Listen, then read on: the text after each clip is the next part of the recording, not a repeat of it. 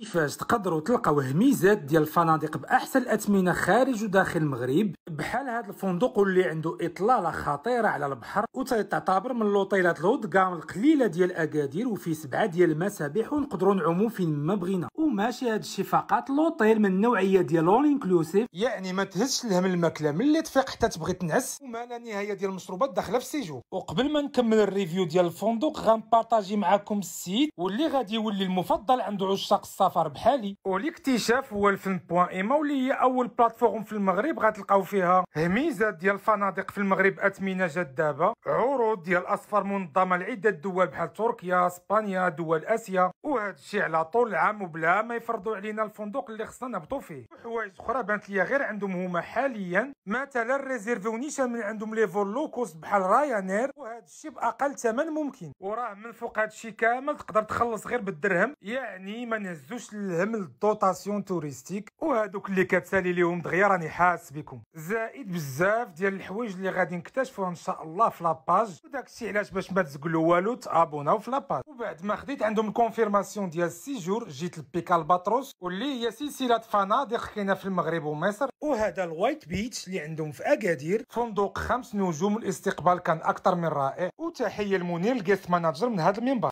اما كيف جاتني الماكله عندهم غنكتشفوها في الفيديو الجاي.